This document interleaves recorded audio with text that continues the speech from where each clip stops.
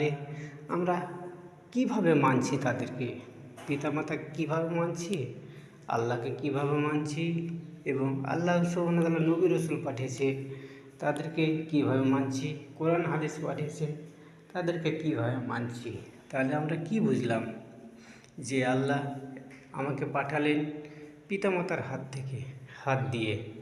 সেই আল্লাহকে কীভাবে খুশি করতে হবে এবং পিতামাতাকে কীভাবে খুশি করতে হবে, এগুলো আমাদেরকে অবশ্যই জানতে হবে। এবং তাদেরকে বাদ দিয়ে আমরা কখনো লাভবান হতে পারবো না, জান্নাতে যেতে পারবো না, সুখী হতে পারবো না।